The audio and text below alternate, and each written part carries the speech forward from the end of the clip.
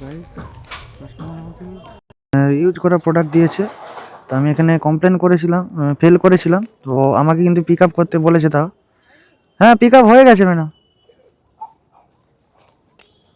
তো আমি কিন্তু ফেল করেছিলাম, তো তাও আমাকে পিক আপ করতে বলেছে ফ্লিপকার্ট। তো যে আমাকে দেখিয়ে দিয়েছে রিটার্ন পিক আপ কনফার্মেড, মানে এটা পিক আপটা আমাকে তুলতেই হবে।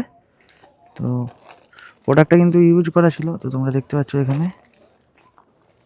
তো যাই হোক, ফ্লিপকার্ট অ্যাপ্রুভাল দিয়েছে, তো আমাকে পিক আপটা নিতেই হবে, কিছু করার নেই। তো এখন এটাকে আমি,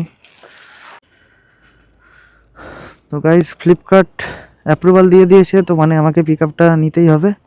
তো আমি এখানে ফ্লেয়ার আইডিটা স্ক্যান করে পার্সেলটা প্যাক করে নেব।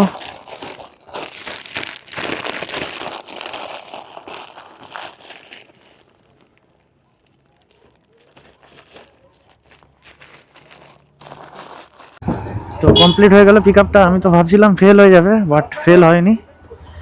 আমি নিজে ফেল করেছিলাম আমার বায়োড থেকে, বাট ফ্লিপকার্ট এটাকে চেক করে নিজে ভেরিফাই করে আমাকে অ্যাপ্রুভাল দিল পিক আপটা মানে কমপ্লিট করার জন্য। তো এখন আবার একটা নেক্সট পিক আপ রয়েছে,